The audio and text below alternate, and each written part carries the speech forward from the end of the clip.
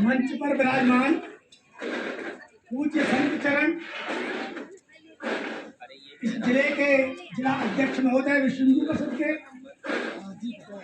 क्षेत्र के सह संयोजक, क्षेत्र के सह प्रमुख विश्व हिंदू परिषद, गोरक्षा विभाग के अपने श्रीमान राजेश तिवारी जी, प्रांत के गोरक्षा प्रमुख, अन्य मंचासीन अधिकारीगण तथा आज के गोपाष्टमी के कार्यक्रम में भाग लेने के लिए आए हुए सभी सज्जन वृंद, माताएं, बहनों, सभी को मैं सादर अपना प्रणाम निवेदित करता हूँ। सर्वप्रथम तो सभी को गोपाष्टमी के पावन पर्व की हार्दिक शुभकामनाएं।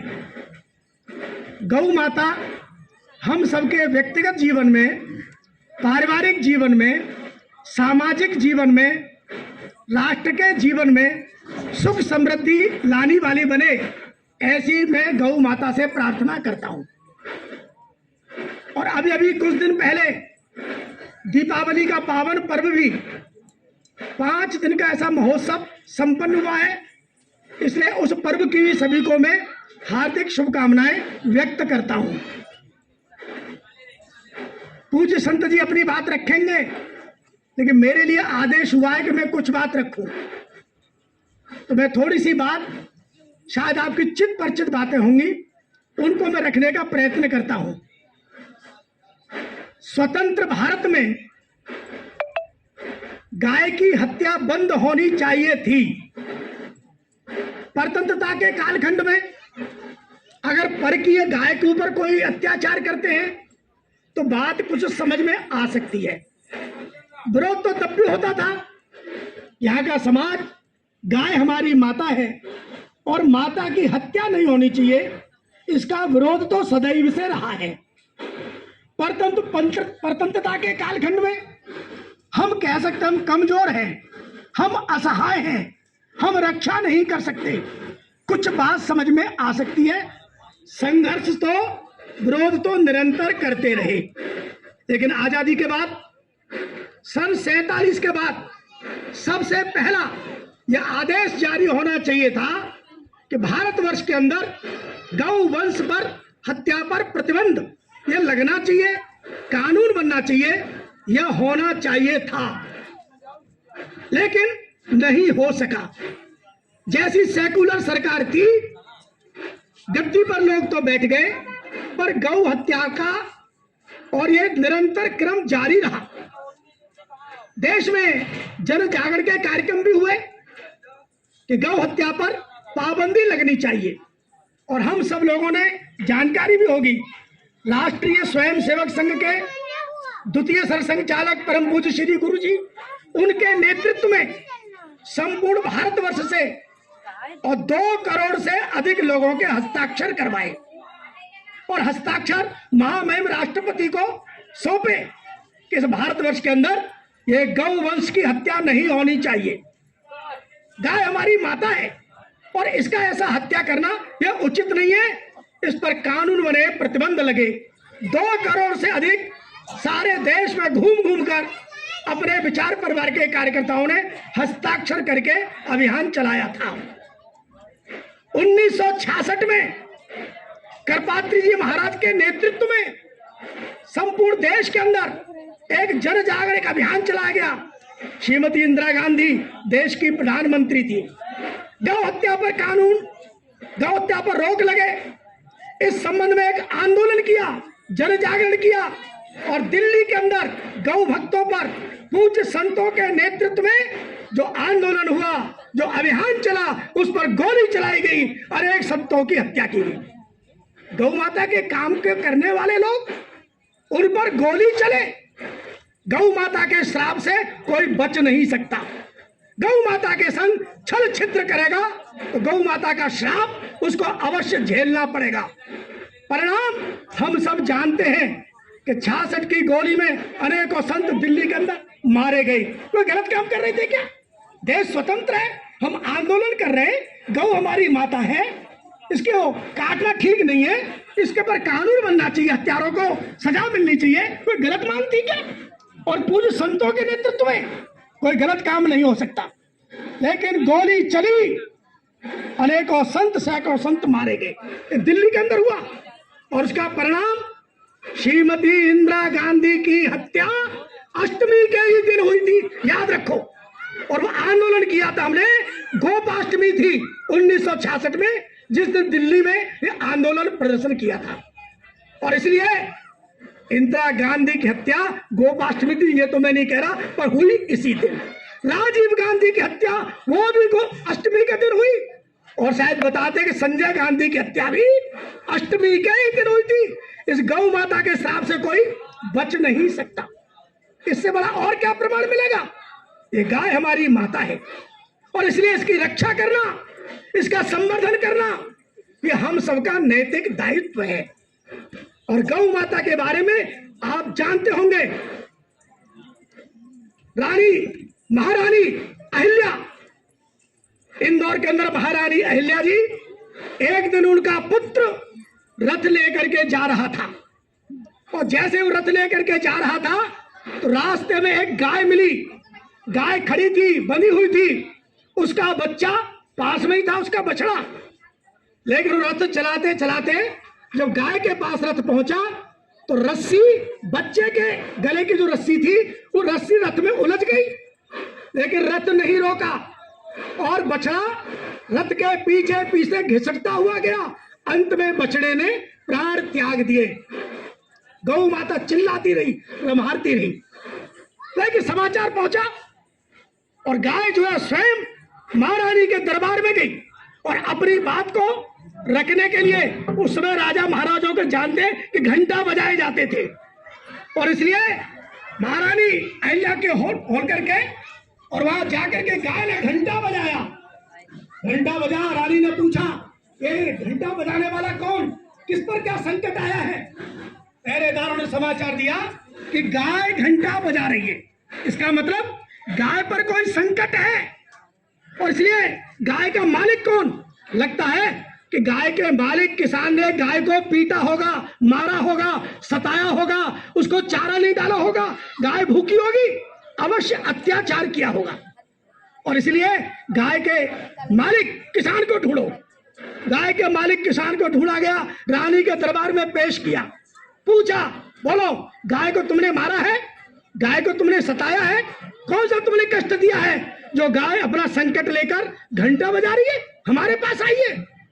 मुझे नहीं मालूम कितने लोगों को मालूम है, लेकिन गऊ के जो मालिक था किसान हाथ जोड़े कि महारानी मेरी कोई गलती नहीं है, मैंने ना गाय को सताया है, कोई दुख नहीं दिया है, मैंने मारा भी नहीं है, मैंने चारे से भी भूखा भी नहीं रखा है, तो फिर गाय ये अपना संकट लेकर के क्यों आई है? जब बहुत आग्रह किया, किसान ने नहीं बताया, तो रानी ठीक है हम तुमको तुम्हारा सर कत्ल करेंगे, जरूर तुमने कुछ किया है। उसने हाथ जोड़े, गिड़गिड़ाया, महारानी मेरे से पूछो मत, मेरी कोई गलती नहीं है। तो कारण क्या है? जब ज्यादा आग्रह किया तो बताया कि मेरी गाय बंधी हुई थी, बछड़ा उसके पास में था और आपका पुत्र राजकुमार रथ लेके जा रहा था और बछड़े की रस्सी रथ में उलझ गई और गाय का बछड़ा उसके सामने, मां के सामने मर गया। रानी को आश्चर्य हुआ। रानी ने अपने पुत्र और पुत्र की वधू से पूछा कि बोलो अगर किसी माँ के सामने और किसी का बेटा इस तरह से अगर मार दिया जाए, मर जाए, तो उस मारने वाले व्यक्ति को क्या सजा मिलनी चाहिए? तो उसकी बहू ने कहा उसकी हत्या उसको इसी प्रकार से होनी चाहिए, जैसे उसने गाय के बछड़े को मारा है ऐसे ही उसके संग घसीटते हुए उसकी हत्या होनी चाहिए, यही उसका दंड है। किससे पूछा? अपने पुत्र की बहू से पूछा। अगले दिन रानी ने और तुरंत सारथी को बुलाया और सारथी से कहा रथ को चलाओ और मेरे पुत्र को गले में रस्सी बांधकर रथ के पीछे घसीटते हुए ले जाओ उसको। सारथी ने हाथ जोड़े कि नहीं महारानी मैं ऐसा नहीं कर सकता, नहीं तुमको करना पड़ेगा, मेरा आदेश है। नहीं महारानी मैं ऐसा नहीं कर सकता, ये मेरे से संभव नहीं है। अच्छा, जो ज्यादा उससे आग्रह किया, नहीं माना, हट जाओ तुम रथ से, मैं रथ चलाती हूं। और महारानी रथ पर बैठ गई, उन्होंने रथ को चलाया, अपने पुत्र को रस्सी से रथ के पीछे बांध लिया और इसी तरह से जैसे गाय का बछड़ा रस्सी के साथ घसीटते हुए मारा गया, ऐसे ही अपने पुत्र को घसीटते हुए ले जाने के लिए रानी ने रथ चलाने की तैयारी की और कहते गौ माता सामने आ गई। गौ माता अड़ गई, खड़ी हो गई, रथ को आगे चलने नहीं दिया। आप समझ सकते हैं गाय का भाव, गाय की भावना। रथ को मेरा बेटा तो चला गया, मेरा बच्चा तो गया, पर रानी माँ का बच्चा जीवित रहना चाहिए, रथ को आगे नहीं बढ़ने दिया। और वो समझ गई, हाँ उचित दंड रानी ने अपने बच्चे को देने का किया है, रथ को आगे नहीं बढ़ने दिया। और आज भी इंदौर के अंदर एक बाजार का नाम है जहां पर गाय अड़ गई थी, उसका नाम है अड़ी बाजार। आज भी इंदौर के अंदर वो गाय माता के कारण उस बाजार का नाम पड़ा है अड़ी बाजार। गाय यहाँ अड़ गई थी और रानी के बेटे को उसने बचाया। ये गाय है, ये सामान्य पशु नहीं है। इतना ही नहीं, राजा विक्रमादित्य अयोध्या गए, भगवान की जन्मभूमि कहाँ है, राम की जन्मभूमि को देखने के लिए अयोध्या में घूमते रहे, पूछते थे, कोई कहीं बताता था, कोई कहीं बताता था। जब उनको नहीं समझ में आया, जानकारी नहीं ठीक नहीं मिली, तो किसी संत ने कहा कि राम की जन्मभूमि तुम देखना चाहते हो, राम कहाँ पैदा हुए, तो देखो प्रातःकाल सायंकाल निश्चित समय पर एक गाय आएगी और अपना दूध उस स्थान पर स्वयं छोड़ेगी, वही राम की जन्मभूमि है। राजा विक्रमादित्य घूमते रहे, पहुंचे, देखा कि गाय सवेरे खड़ी हुई है, उसके थन से दूध अपने आप जमीन पर गिर रहा है। विक्रमादित्य चिन्ह अंकित कर दिया और 2-3 दिन तक निश्चित देखा समय पर जाकर नित्य प्रति गाय आती है, अपना दूध छोड़ती है और राजा विक्रमादित्य ने उस स्थान को चिन्हित किया, यही राम की जन्मभूमि है। और राजा विक्रमादित्य ने अयोध्या के अंदर भगवान राम का जो भव्य मंदिर बनवाया था, वो इसी आधार पर बनवाया था। गाय ने ही ये बताया कि यही राम की जन्मभूमि है, जिसको सन 1528 में बाबर के सेनापति ने उस मंदिर पर वहां जो तथाकथित बाबरी मस्जिद बनाई थी, जो 92 में हम लोगों ने उसको ध्वस्त कर दिया। और आने वाले दिनों में उसी स्थान पर, उसी गर्भगृह पर भव्य राम का मंदिर बन रहा है। और आने वाले 2-3 साल के भीतर भगवान राम अपने मूल मंदिर में विराजमान होंगे। तो उस भगवान राम की जन्मभूमि को बताने वाली भी ये गौ माता थी, कोई और नहीं थी। ऐसी गौ माता है, ये सामान्य पशु नहीं है। इसलिए हमारी सरकार से भी मांग है, गाय को राष्ट्रीय पशु घोषित करो। और किसी पशु को माता कहते हैं क्या? गाय को राष्ट्रीय पशु घोषित करो। गौ वंश पर कानून बनाओ, कानून नहीं, हम तो कहते हैं स्वतंत्र मंत्रालय बनाओ। स्वतंत्र मंत्रालय की विश्व हिंदू परिषद की मांग है। गाय हमारी माता है, 33 करोड़ देवताओं का इसमें निवास है। और इसलिए एक बार कहते हैं कि अकबर और बीरबल दोनों जा रहे थे, तो रास्ते में बीरबल को और तुलसी माता मिली। तो तुलसी माता के सामने बीरबल बैठ गया, हाथ जोड़े प्रणाम किया। अकबर ने पूछा, बीरबल ये क्या कर रहे हो? तुलसी हमारी माता है, मैंने उसको प्रणाम किया है। कहते हुए दोनों आगे चल दिए। थोड़ी दूर जाकर पीपल रास्ते में मिला, तो पीपल के सामने बीरबल बैठ गया और देर तक घुटने के बल बैठा रहा और पीपल को प्रणाम किया। फिर अकबर ने पूछा, बीरबल ये क्या कर रहा था? बोले, पीपल हमारा देवता है, मैं उसका प्रणाम कर रहा था, उसको मैंने वंदना की। क्या है तुम हिंदू हो? तुलसी तुम्हारी माता, पीपल तुम्हारा देवता, ये पेड़ भी कहीं देवता ऐसे हो सकते हैं क्या? तो बीरबल ने तुलसी का अपमान किया, पीपल देवता का अपमान किया। अकबर ने, बीरबल जानता था कि अपने देश के माताओं का अपमान बीरबल सहन कर सकता था। आगे बढ़े और बीरबल उस जंगल में जाते हुए रास्ते में से एक घास मिली, उस घास के आगे बीरबल लेट गया, साष्टांग लेट गया। काफी देर तक लेटा रहा और लेटने के बाद जब उठा तो बीरबल ने, अकबर ने पूछा, बीरबल ये क्या कर रहा था? अरे ये तो हमारे कुल का बहुत बड़ा देवता है, तुलसी से भी बड़ा है, पीपल से भी बड़ा है। वो घास के सामने लेटा रहा। और कौन सी घास थी, नाम यहाँ पर अलग अलग हो सकता है। तो उस घास को, अच्छा मैं देखता हूँ। अकबर को भी गुस्सा आ गई, क्या हिंदू हो? तुलसी तुम्हारी माता, पीपल तुम्हारा देवता और तुम्हारा कुलगुरु बड़ा देवता है, मैं देखता हूं उसको। उसने उस देवता को हाथ से पकड़ा, उस घास को उखाड़ने की कोशिश की और कहते हैं उस घास की जो जलन जो पैदा हुई, शरीर में झागा लगाता था अकबर, वहां भयंकर जलन पैदा हुई। अरे बीरबल बचाओ मुझे, बीरबल बचाओ। अरे नहीं, मेरे ये तो हमारा कुलगुरु है, वो कैच की फली या नाम कुछ भी होता होगा, शरीर में जहां लगाओगे वहीं भारी जलन।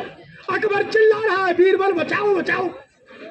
बीरबल को दया आई, राजा है, बचाना है। अच्छा तो गौ माता का गोबर लाओ, उतारो सारे कपड़े। तो अकबर के सारे कपड़े उतारे और गौ हमारी माता है, लाओ उसका गोबर और गोबर से सारे शरीर को लगाओ, तभी तुम्हारी जलन समाप्त होगी।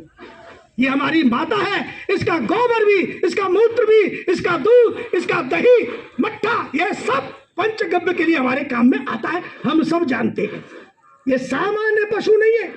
इसलिए अकबर के सामने बीरबल ने गौ माता की महत्ता हम सबके समक्ष रखी। और इसलिए इस गोपाष्टमी के अवसर पर यह विश्व हिंदू परिषद का आग्रह है कि हम सबके कार्यक्रम केवल गोपाष्टमी में गौ के पूजन से नहीं, घर घर गाय का पूजन होना चाहिए। और इसलिए आज ये संकल्प लेना चाहिए कि हम अपने घर पर क्या एक गाय पाल सकते हैं क्या? सोचो, विचार करो। मैं एक गाय पालूंगा, देशी गाय, जर्सी गाय नहीं, देशी गाय पालूंगा, मैं पालूंगा। और मैं अपने इष्ट मित्रों को, रिश्तेदारों को, उनको प्रेरित करूंगा, किसानों को प्रेरित करूंगा कि गाय पालो, गाय का दूध पियो। अरे कहीं मोटरसाइकिल कार से जा रहे हो, हॉर्न बजा रहे हो, तो गाय अपने आप रास्ता छोड़ देती है। भैंस रास्ता छोड़ती है क्या? अपने बच्चों को भैंस की दूध पिलाओगे तो भैंस की जैसी बुद्धि होगी, और गाय का दूध पिलाओगे तो गाय की जैसी बुद्धि होगी। गाय का दूध, माँ का दूध, ये दोनों अमृत के समान है। हमने भैंस के दूध को नहीं कहा, ये माता का दूध है। गाय का दूध और माता का दूध एक समान है। और इसलिए भैंस का बच्चा होता है तो हाथ लगा के खड़ा करते हैं उसको, अपने आप नहीं खड़ा हो सकता, आप सबका अनुभव होगा। लेकिन गाय का बछड़ा जन्म लेने के बाद स्वयं खड़ा होता है, हमको सहारे की आवश्यकता नहीं पड़ती। मैं पूछना चाहता हूं, बोलो अपने बच्चों को भैंस का जैसा बनाओगे कि गाय के बछड़े जैसा बनाओगे? ये हम सब ने संकल्प लेना चाहिए। गाय का दूध पिएंगे, गाय के बच्चे जैसा बनाएंगे, ऐसी उसकी बुद्धि प्रखर होगी। हॉर्न बजाओगे, अपने आप गाय हट जाती है। इसलिए हमारा आग्रह है कि गाय की ऐसी सेवा करो, घर में मां, खूंटे पर गाय, घर में जैसे मां की सेवा करते हैं, अंतिम समय तक मां व्रत हो जाती है, हम संस्कार करते हैं, तो घर में जैसे मां की सेवा करते हो, ऐसे ही हर खूंटे पर गाय, गाय की सेवा होनी चाहिए। गाय को हमें बचाना है। खूंटे पर गाय और घर में मां, दोनों की सेवा एक समान है, कोई कम नहीं है। इसको ध्यान रखो। हम करेंगे, औरों से प्रेरित करेंगे। अतः हम गाय पालेंगे, गाय पालने के लिए प्रेरित करेंगे। तो ज्यादा गाय पाल सकते हैं, बहुत अच्छी बात, ऐसा आग्रह करना चाहिए। और तो सरकार भी मध्य प्रदेश की 30 रुपया एक गाय का एक दिन का देती है, उधर राजस्थान में 25 रुपया देती है। जो गाय पालेगा प्रतिदिन का उसके अकाउंट में पैसा आएगा, एक गाय का खाने का खर्च और पंचगव्य की बाकी बातें तो अपने लिए। तो गाय के दूध, दही से, गोबर से, इस पंचगव्य से शरीर स्वस्थ रहेगा। किसान गौवंश से खेती करेगा तो कर्जा मुक्त किसान होगा, कर्जा मुक्त किसान होगा और रोजगार युक्त नौजवान होगा। शरीर स्वस्थ रहेगा, भारत समृद्ध होगा। गौवंश के आधार पर भारत समृद्ध था, आज समृद्ध नहीं है, लेकिन समृद्ध हो सकता है। ऐसा विचार हम सब ने करना चाहिए। इसलिए गौवंश को कटने नहीं देंगे, देश को बंटने नहीं देंगे, इसका संकल्प लेना चाहिए। तो मैं गाय पालूंगा, पालने के लिए प्रेरित करूंगा। मैं गौ ग्रास निकालूंगा, गौ ग्रास के लिए लोगों को प्रेरित करूंगा।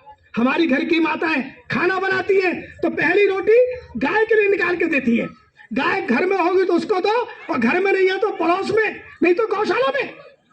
ऐसे ही हम गौ ग्रास निकालेंगे, हर महीने, हर साल हम गौशाला पर पहुंचाएंगे।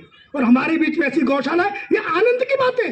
एक संकल्प गाय पालने का, दूसरा संकल्प गौ ग्रास निकालने का, और तीसरा जिनके पास अधिक गाय है उन लोगों ने अपने गाय का अनेक प्रकार की औषधियां, पंचगव्य का प्रशिक्षण लेना और पंचगव्य का उत्पादन करना।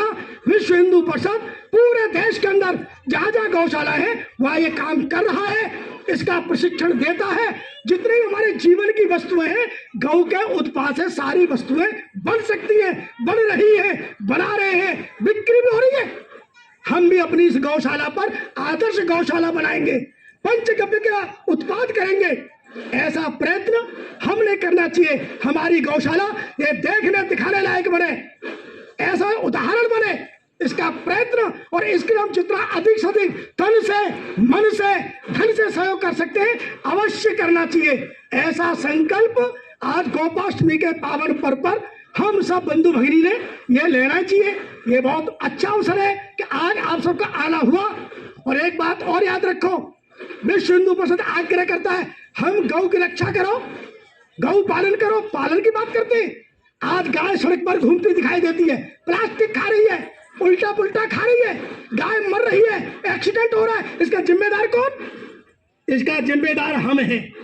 एक समय था भारत में एक भी गाय ऐसी सड़क पर नहीं घूमती थी। दूध निकाला और गाय को हमने छोड़ दिया। दूध भी निकाला इतना कि बच्चे के लिए भी नहीं रहता। जो गाय का दूध निकालते हैं उनको ध्यान में आएगा कि गाय का दूध अगर बच्चे के लिए नहीं छोड़ोगे तो गाय दूध की मात्रा कम कर देती है। इसलिए बच्चे के लिए जितना आवश्यक है, इसलिए गाय का शोषण मत करो, दोहन करो। बच्चे के लिए आवश्यक दूध छोड़ना यह आवश्यक है। और दूध निकालने के बाद गाय को छोड़ दिया, ये हमारे मतलब की नहीं है। एक्सीडेंट हो गया, मर गया, पाप किसको लगने वाला है?